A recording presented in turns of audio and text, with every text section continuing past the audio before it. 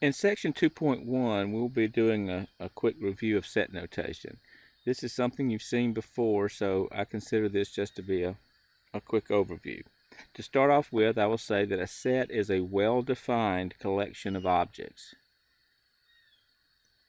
And what I mean by well-defined is that it's possible to determine whether something is or is not included in the collection. If something is included in the set, it's called an element of the set or sometimes a member of the set.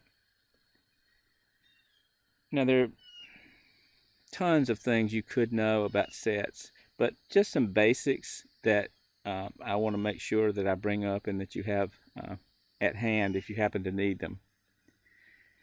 You might be asked something about the set of counting numbers. A counting number is a number used for counting. 1, 2, 3, 4, 5, 6, 7 on. The numbers you standardly use for counting. The set of whole numbers. A whole number is simply the counting numbers with 0 thrown in for good measure. So the whole numbers go 0, 1, 2, 3, 4, 5, on and on and on. Sometimes the whole numbers are also called the natural numbers. The set of integers. An integer is a whole number or the opposite of a whole number. So the whole numbers include 0 and the positive integers. But if you also want the opposites, then you've got things like -1, -2, -3 continuing to the left, and then +1, +2, +3 continuing infinitely to the right. Another thing about the integers, there's a letter associated quite often with the set of integers, and that's the letter capital Z. So if you ever see capital Z associated with sets, it's highly likely they're talking about the set of integers. So you might say Z is the set of integers.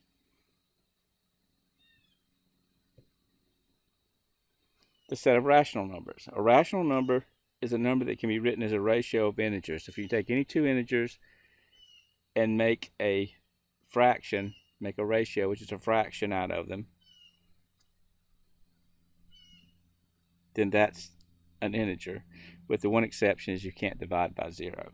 So things like 8, which if you really want to think about it, could be thought of as 8/1 or 16/2 or any other number of things. That's a rational number. 4/7, -5/9, and so on. Any number that can't be expressed as a ratio of integers is not rational, so it's called irrational. Things like the square root of 2, pi, things like that. So just keep in mind, sometimes a problem will refer to a set of integers or a set of natural numbers or something like that, and they expect you to know what that is. Here's some examples.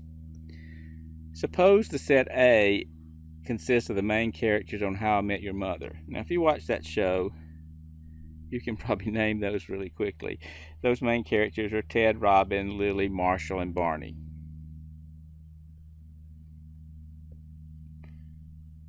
What if A represents the set of counting numbers divisible by 3? A number is divisible by 3 is if when you divide, you come out with a remainder of 0. So things like 3, 6, 9, 12, and so on in that pattern. Another way of saying that is that if something's divisible by 3, then it's a multiple of 3. Well, what would be an example of something that's not a set? Well, for instance, if I said the set A was the set of tall buildings in Tuscaloosa, I claim that that's actually not a set. And the reason is it fails the condition of being well defined, because what does it mean by tall building? When I say something's a tall building, that may be totally different than what you think of as a tall building. So that's not a well-defined concept unless someone actually specifies exactly what it takes to be a tall building. The statement as it's written is very subjective. So that would be an example of something that would not be considered a set without some further specification. We write sets in different ways at different times. There are two main ways. One's called set builder notation, and the other is called the roster method. For example, if I take something like this, it may look a little funny at first, but I think you can just stare at it and get the idea of what it's saying. It's actually asking for the set of letters in the word Mississippi. So even though there's some odd things in there and it may look strange in format, when you stare at it a minute, you are pretty sure to figure out that they just want to know the letters in the word Mississippi. I do want to, which are M, I, S, and P. Those are the only 4 letters in the word Mississippi. But I want to talk a little bit about that set builder notation. That's what the first one is. The second one is the roster method, just listing them individually. But I want to talk a little bit more about that set builder notation. If nothing else, I want you to be able to look at that and read it and verbalize what it's saying. So let's just take a minute and do that. If you're reading this out or verbalizing it, the first thing you do is name the set. So in this case, it's the set C. The equal to is usually read as equals, or maybe just use the word is. So I would start off reading this as the set C equals, or the set C is. And continuing, the braces themselves are read as the set of. So if I'm reading this, I would say the set C is the set of, and continuing left to right, whatever letter here appears just to the right of the opening brace is read all whatever that letter is. It doesn't have to be an X, but whatever that letter is, you say all that. It could be all A or all Y. But in this case, it's an X. So again, starting over from the beginning, I would read this. The set C is the set of all X. Continuing. That vertical bar is read as such that, and occasionally you'll see in a textbook a colon instead of the vertical bar. Either one is very common, and either one is read as such that. So if we're reading this along, we've got the set C is the set of all X such that, and then you say whatever the conditions are that you're supposed to meet. Whatever is to the right of that vertical bar tells you the condition or conditions that you have to meet. In this case, the condition is that it's a letter in the word Mississippi. So if you put this all together, what you're saying is C is the set of letters such that the letter is in the word Mississippi. So that's sort of just an exercise to help you verbalize that symbology. But my contention is you could have looked at it without that and figured out what it meant. But it's always nice to be able to verbalize this. It sort of sits better in your memory, I think, if you can verbalize it. So in any case, the first way of writing it that I mentioned here is called the set builder notation. And the second way is the roster method, which is just listing it, which is what you do most of the time. Okay, continuing. Each object in a set is called an element, or sometimes you call it a member. Most people say element, but if you say a member of the set. The symbol we use for that is an epsilon. In mathematics, it's pretty common if you want to say something is not something, you use a slash through it to indicate not. So if I want to say something is not an element of the set, I use the epsilon, but I put a slash through it. Some examples.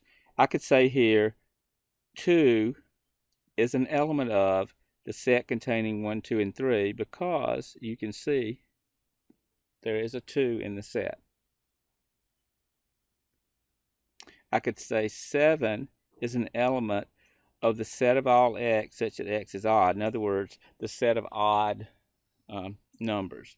And since 7 is an odd number, that's a true statement.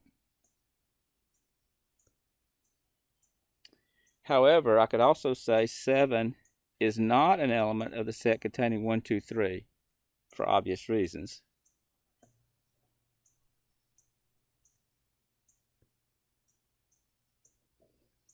We also talk about how many elements there are in a set.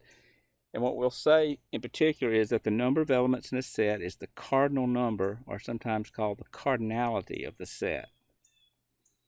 And we're going to use a notation for cardinality which consists of putting the absolute value symbols or vertical bars around the set name.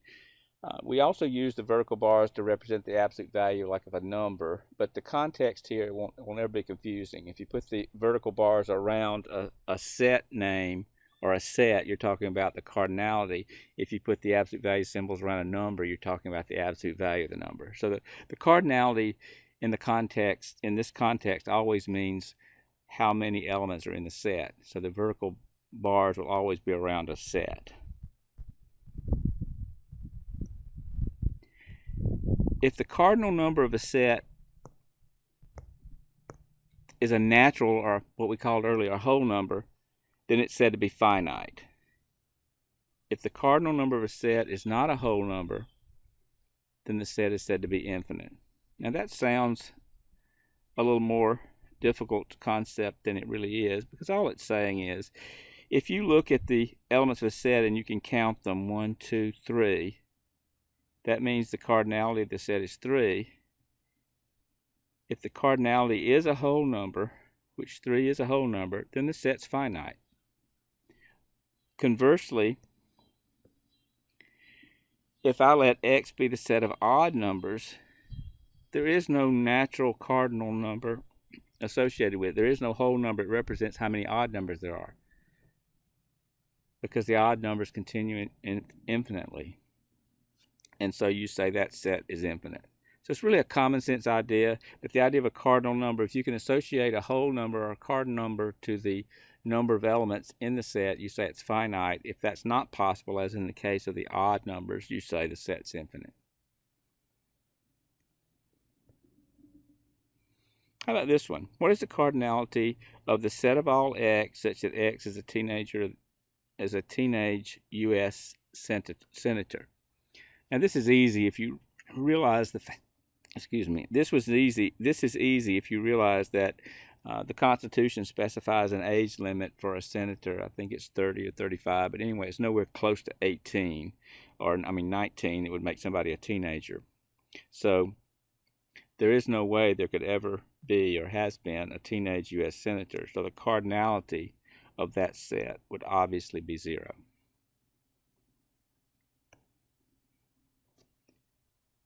Now, if you have a set that doesn't have any elements in it at all, it's called the empty set, or sometimes it's called the null set. There are 2 common notations for the empty set. One notation is just to put braces with nothing in there. The other common notation is to take a circle and put a slash through it. You'll see both of those very often, and they mean exactly the same thing. Now, I'm not going through the obvious easy things because they're trivial, but I want to point out a couple of places where you could get tricked if you're not careful. Because the first thing you look at this, you see a symbol for empty set, and so when you put absolute value around something, a set, you're talking about the cardinality of the set. So it says, well, how many elements are in the empty set? Well, there are none. So your first answer would be, well, this should be 0, but you got to be careful, because this is not just the cardinality of the empty set. This is the cardinality of the set. See, the braces represent a set, and inside that set is an element. That element is itself an empty set. In other words, you have a set inside of a set, but that set inside of the set represents one element of the outer set. So the cardinality of that is actually, what do you think? Sure, the cardinality is 1, because if you look at this, there is one element inside of this set right here. The empty set is sitting inside of these braces, so it's an element of the outer set. And I could make it a little trickier, I suppose. If I'm looking at the cardinality of this set, well, the set is represented by what's between the opening and closing braces. So those are the opening and closing braces of the set, and between those opening and closing braces, there's 1, 2, elements. So the cardinality of that set is obviously going to be 2. So if that's a little bit confusing, think about it a minute and go back and play around with the idea and see if you can bring it under control. Because I purposely wanted to bring up a couple examples where you have to think a little bit about what the cardinality might be. Continuing with our definitions, the universal set, or sometimes we just say the universe, is the set of all objects under consideration. And what this really means is when you talk about the universal set, there's really no really universal set.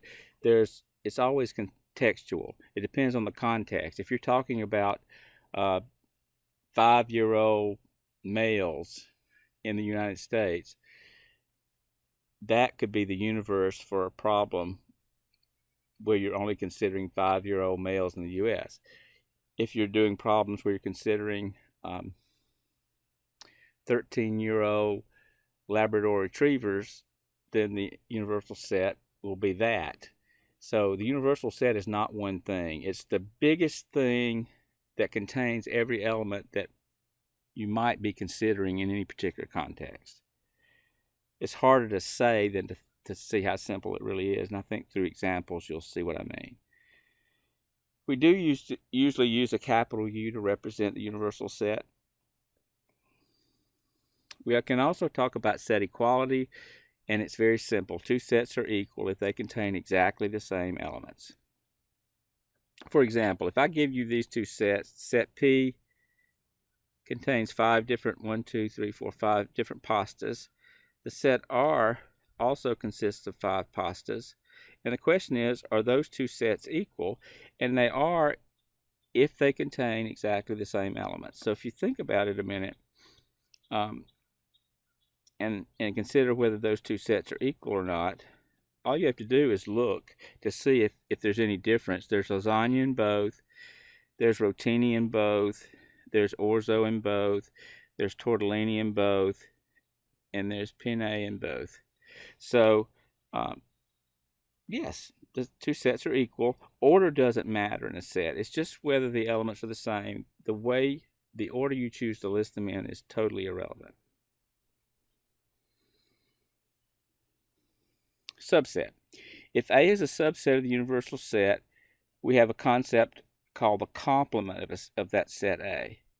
It's always in the context of a universal set. The complement of a set A is the set of all elements of the universal set U that are not in the set A. And again, an example is probably the best way to illustrate this. But the symbol for complement of a set is to take the set name, A in this case, and put an accent mark there as a superscript. That's the symbol for the complement of the set. For example, if your universal set was the set of integers from 1 to 10, 1, 2, 3, 4, 5, 6, 7, 8, 9, 10, and the set A consisted of the integers 3, 4, 5, and 6, then the complement of A would be everything in the universal set that's not in the set A.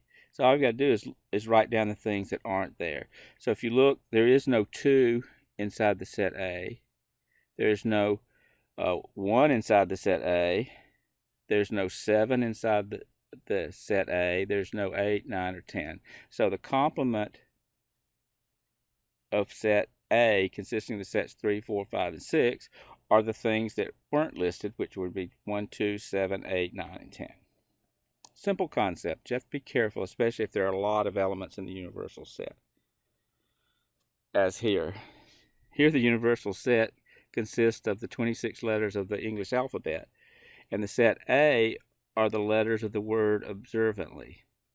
So if I want to know the complement of that, all I have to do is go through here and mark out every letter in A. So if you look at O and mark that out, you look at B and mark that out, you look at S, mark that out, you look at E and mark that out, R gets marked out, V gets marked out, A gets marked out, N gets marked out, T gets marked out, L gets marked out, and Y gets marked out, And whatever doesn't get marked out goes in the complement.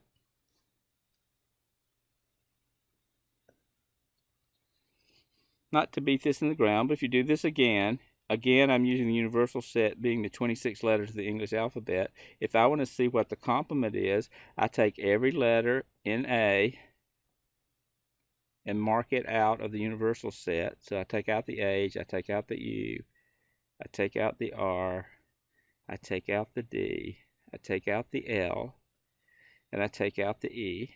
And whatever's left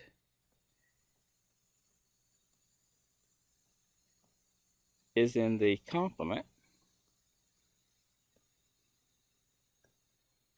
But now, I want to know more than that here. It didn't say to find the complement. It said find the, remember what the vertical bars mean. It means to find the cardinality of the complement. So the cardinality is how many are there. So you have to actually count them. And if you count these,